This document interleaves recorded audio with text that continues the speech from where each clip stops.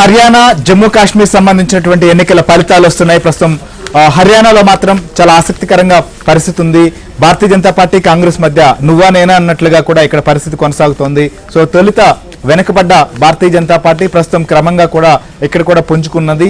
ఖచ్చితంగా ప్రస్తుతం మాత్రం లీడ్ కనిపిస్తోంది. ఇక జమ్మూ కాశ్మీర్ లో మాత్రం క్లియర్ గా ఇక్కడ కాంగ్రెస్ పార్టీ కూటమి అధికారంలోకి రాబోతోంది. ఇక్కడ మాత్రం అవసరమైనటువంటి నంబర్ను కూడా దాటే పరిస్థితి ఇప్పటి వరకు కూడా వస్తున్న ఫలితాలను బట్టి అర్థమవుతోంది. ఇక హర్యానాలో కూడా కాంగ్రెస్ పార్టీ గెలుస్తుందని చెప్పి ఇటు అనేక అంచనాలు కావచ్చు, లేదా విశ్లేషకులు కావచ్చు, లేదా మనం చూసాం ఇంతకు ముందు వచ్చినటువంటి ఎగ్జిట్ పోల్స్ లో ఈ నంబర్తో సహా మనం చూసినప్పుడు ఖచ్చితంగా ఇక్కడ కాంగ్రెస్ పార్టీ అధికారంలోకి రాబోతోంది. భారతీయ జనతా పార్టీకి ఇక్కడ గడ్డు పరిస్థితి తప్పదు అనేది మాత్రం మనకు అర్థమైంది. కానీ ప్రస్తుతం చూస్తుంటే మాత్రం భారతీయ జనతా పార్టీ కూడా ఇక్కడ తిరిగి అధికారంలోకి వస్తుందా అనేటువంటి పరిస్థితి మాత్రం ప్రస్తుతం ట్రెండ్ని బట్టి చూస్తే మాత్రం ఆసక్తి రేపుతోంది. సో ఈ పరిస్థితికి ప్రస్తుతం హర్యానాలో కావచ్చు, ఇటు జమ్మూ కాశ్మీర్ సంబంధించినటువంటి రిజల్ట్స్ పైన మనతో విశ్లేషించేందుకు కూడా ప్రముఖ రాజకీయ విశ్లేషకులు పుల్లారావు గారు కూడా మనతో పాటు జాయిన్ అయ్యారు. కృష్ణ కూడా ఎప్పటికప్పుడు అప్డేట్స్ అందించేందుకు మనకు లైవ్ లోనే ఉన్నారు. పుల్లారావు గారు నమస్కారం. నమస్కారం అండి. ఏంటి సార్ ప్రస్తుతం ఆ రెండు రాష్ట్రాలకు సంబంధించినటువంటి ఫలితాలు కూడా వస్తున్నాయి. సో మీరు కూడా ఫాలో అవుతున్నారు, ఎట్లా చూస్తారు? జమ్మూ కాశ్మీర్ విషయానికి ఫస్ట్ వద్దాం. జమ్మూ కాశ్మీర్ లో చాలా క్లియర్ గా ఇటు కాంగ్రెస్ కావచ్చు, కూటమి అక్కడ అధికారంలోకి వచ్చేటువంటి పరిస్థితి మనకు కనిపిస్తోంది. సో దీన్ని ఎట్లా చూడాలి? భారతీయ జనతా పార్టీ ఎలా అయినా కూడా ఈసారి ఇక్కడ అధికారంలోకి రావాలనేటువంటి ప్రయత్నాలు చేశారు. రకరకాల ప్రయత్నాలు కూడా మనం చూసాం వారు చేసినటువంటివి. సో ఎందుకు ఇలాంటి పరిస్థితి వచ్చింది? అక్కడ ఎందుకు చాలా క్లియర్ గా ప్రజలు కూడా ఇటు కాంగ్రెస్ కావచ్చు, నేషనల్ కాన్ఫరెన్స్ కి అక్కడ మద్దతు పలుకుతున్నారు అంటే ఏం చెప్తారు? ఒకటి, భారతీయ జనతా పార్టీ 10 సంవత్సరాలు బట్టి ముందల 2014 నుంచి పీడీపీతో గవర్నమెంట్, 2019 నుంచి ప్రెసిడెన్షియల్ గవర్నర్లు ఉన్నది కాబట్టి వ్యతిరేకత ఉంటుంది. అదే కాకుండా ఎప్పుడు ముస్లిం మెజారిటీ ఉన్నారు కాబట్టి వాళ్ళు కాంగ్రెస్ పార్టీకి, నేషనల్ కాన్ఫరెన్స్ కి వేశారు. అందువల్ల ఇది పెద్ద ఆశ్చర్యకారం కాదు. జమ్మూ కాశ్మీర్ లో రిజల్ట్ ఇలాగే వస్తుంది. ఆ దేశానికి కూడా చెడ్డ కాదు. అందరికీ ఫేర్ ఎలక్షన్స్ పెట్టాం, బీజేపీ ఓడిపోయిందని చెప్పుకోవటం కూడా మంచిది. జమ్మూ కాశ్మీర్ పెద్ద మనకి ముఖ్యమైన రాష్ట్రం దేశానికి, కానీ రాజకీయంగా అంత ఇంపాక్ట్ లేదు. సో అది మీరు అన్న మాటే కాంగ్రెస్ పార్టీ నేషనల్ కాన్ఫరెన్స్ కలిసి పెట్టచ్చు. కానీ క్లియర్ మెజారిటీ రాకపోతే కొన్ని రోజుల్లో గవర్నమెంట్ మాత్రం ఉండదు. ఎందుకంటే జమ్మూ కాశ్మీర్ వేరే వేరే ప్రెషర్లు ఉంటాయి, చాలా ప్రెషర్లు ఉంటాయి. సో ప్రస్తుతం స్థిరంగా నేషనల్ కాన్ఫరెన్స్ గవర్నమెంట్ ఫామ్ చేయడానికి అన్ని అవకాశాలు ఉన్నాయి. 370 ఆర్టికల్ తీసాక 5 సంవత్సరాలు అయింది కాబట్టి అది ఒక పాత ఇష్యూ అయిపోయింది. అది మళ్ళీ దాని మీద ఓటు వేసే పరిస్థితి లేదు.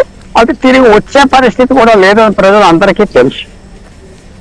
ఓకే, ఎస్, మీరు అన్నట్లుగా 370 ఆర్టికల్ సంబంధించిన దానిపైన చాలా ప్రజలు కూడా చాలా క్లారిటీతో ఉన్నారు అనేటువంటిది అర్థమవుతోంది. అయితే ఇక హర్యానా ఒకసారి హర్యానా సంబంధించినటువంటి కూడా చూద్దాము పుల్లారావు గారు. హర్యానా విషయంలో హర్యానా సంబంధించినటువంటి రిజల్ట్స్ మనం చూస్తే తొలుత పోస్టల్ బ్యాలెట్ల ఓట్ల లెక్కింపులో కాంగ్రెస్ పార్టీ 50 స్థానాలకు పైగా కూడా ఆధిక్యం ఉన్నట్లుగా అర్థమైంది. తర్వాత క్రమంగా చూస్తే ఇక్కడ బీజేపీ కాంగ్రెస్ మధ్య చాలా గట్టి పోటీ కొనసాగబోతోంది చివరి వరకు అనేది మాత్రం అర్థమవుతోంది. సో హర్యానాలో ఎందుకు ఇలాంటి పరిస్థితి ఉంది అనుకోవచ్చు మనం? ఇది చాలా ఆశ్చర్యమైన పరిస్థితి. ఏమిటంటే గెలుస్తాం పార్లమెంట్ ఎలక్షన్ తర్వాత కాంగ్రెస్ పార్టీ చెప్పుకోవటం, ఇష్టం వచ్చినట్టుగా టికెట్లు ఇవ్వటం, ఇదంతా అయిపోయింది. కానీ మీకు చిన్న నా అభిప్రాయం చెప్తా. పార్లమెంట్ ఎలక్షన్ లో నరేంద్ర మోడీ ఫ్యాక్టర్ వ్యతిరేకత వచ్చింది హర్యానాలో. ఇప్పుడు లోకల్ వచ్చేటప్పటికి 90 మంది ఎమ్మెల్యేలు, 90 మంది ఎమ్మెల్యేలు అటు క్యాండిడేట్స్ ఉన్నారు కాబట్టి ఎవరు పాపులారిటీ వాడైతే కాంగ్రెస్ సరిపోతలేదని అర్థమైపోయింది. కాంగ్రెస్ చేసిన హడావిడికి ఇందాక మీ ఎవరో అబ్జర్వర్ చెప్పడం విన్నారా? అవన్నీ ఏముందా, నేను వచ్చే స్క్రీన్ మీద నంబర్లు బట్టి నేను చెప్పాలి కదా ఎవరికి, అది ఎందుకు ఇలాగని కాదు కదా. బీజేపీ కనుక అక్కడ హర్యానాలో గవర్నమెంట్ ఫామ్ చేస్తే మహారాష్ట్ర ఏంటి, జార్ఖండ్ ఏంటి చాలా విశేషంగా బీజేపీకి హెల్ప్ జరుగుతుంది. అది మాత్రం చెప్తున్నా. కాంగ్రెస్ పార్టీ కరెక్ట్ స్ట్రాటజీ చేయలేదు. జాట్ ముఖ్యమంత్రి అనేటప్పటికీ దళితులు ఏంటి అందరూ వ్యతిరేకం అయిపోయారు.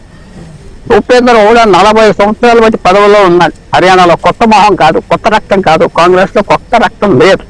సో ఈ అన్ని ఫ్యాక్టర్లు బీజేపీకి పనిచేసింది. ఎంతో అలా వచ్చేసారు.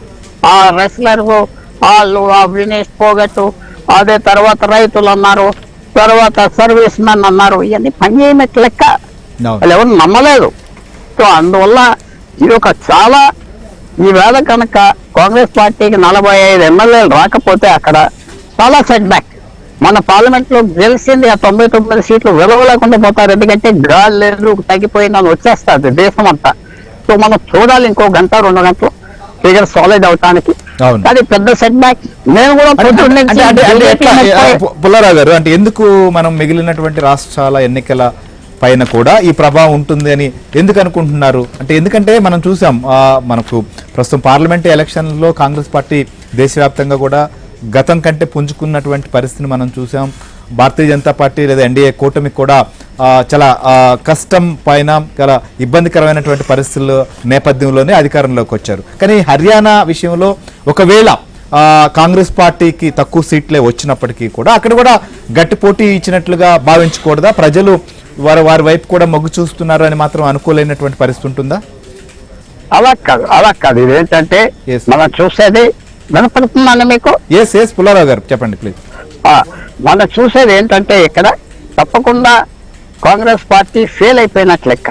ఇంత హోప్స్ ఇచ్చారు, ఇంత హడావిడి చేశారు, అంత గత 2 నెలలు బట్టి మెజారిటీ 70 సీట్లు వస్తుంది, 60 సీట్లు వస్తుంది అన్ని చెప్పాక ఆఖరికి ఏం రాకపోతే చాలా సెట్ బ్యాక్. మహారాష్ట్రలో చాలా గట్టి పోటీ జరుగుతుంది. మన కాంగ్రెస్ కూటమికి 31 మంది ఎంపీలు వచ్చారు 48కి. కానీ అక్కడ ముఖ్యమంత్రి, శివసేన ముఖ్యమంత్రి ఏక్నాథ్ షిండే ఇమేజ్ చాలా అద్భుతంగా ఉన్నది. అది ఎవరు లెక్కపడట్లేదు. ఏ సర్వే చూస్తే ఆయన బ్రహ్మాండంగా ఉన్నారు, సీఎం అంటున్నారు. ఇవన్నీ ఇంపాక్ట్ వస్తుంది.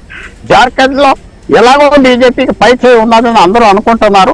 సో చాలా ఇంపాక్ట్ వస్తుంది. నేను ఇప్పుడు కూడా కాంగ్రెస్ పార్టీకి ఛాన్స్ ఉండొచ్చేమో, ఇంకా కౌంటింగ్ అవ్వలేదు కదా. ఇంకా హడావిడి చేసాక ఇప్పుడు 30 సీట్లు 36 సీట్లు కనపడుతున్నాయి స్క్రీన్ మీద. అంటే పోయినసారి కంటే తక్కువ వచ్చినాయి కాంగ్రెస్ పార్టీకి. పోయినసారి 30 చిల్లర వచ్చినాయి. చాలా ఆశ్చర్యమైన విషయం. ఎంత ప్రోపగండా చేశారు అంత ప్రోపగండా చేశారు. వ్యవసాయ కిసాన్కి ఏం లేదు, జవాన్కి లేదు, రెస్లర్స్ కి లేదు, ఏం చేయలేదు. ఏం ఫీల్ అయిపోయిందంటే మనం అందరూ ఆలోచించుకోవాలి. ఆప్ విషయానికి వస్తే సార్ మనం చూడొచ్చు, ఢిల్లీలో అధికారంలో ఉన్నారు. కానీ హర్యానాలో ఇప్పటి వరకు కూడా వారు ఒక్క సీట్లో కూడా తమ యొక్క ప్రభావం చూపలేనటువంటి పరిస్థితి వచ్చింది. ఆప్కి ఈ పరిస్థితి ఎందుకు ఏర్పడింది? ఆప్ స్థాయికి పడిపోవడానికి కారణం ఈ గత 2 సంవత్సరాలు మన తెలుగు మిత్రులు ఆంధ్ర తెలంగాణ వాళ్ళు ఆప్ను ముంచేశారు. నా ఫ్రాంక్ గా చెప్తున్నా, లెక్కర్ స్కామ్ లో. ఓకే, అది ముంచేశారు. మనం అన్న మాట ఏంటంటే మన వాళ్ళే, నేను మీరు తెలంగాణ ఆంధ్ర వాళ్ళే వెళ్ళి ఆ వ్యాపారస్తులు తీసుకొచ్చి ముంచేశారు. ఇమేజ్ పోయింది. ఇంకా కోర్టుల్లో జైల్లో తిరిగారు తప్ప వాళ్ళు పాలిటిక్స్ చేయలేదు.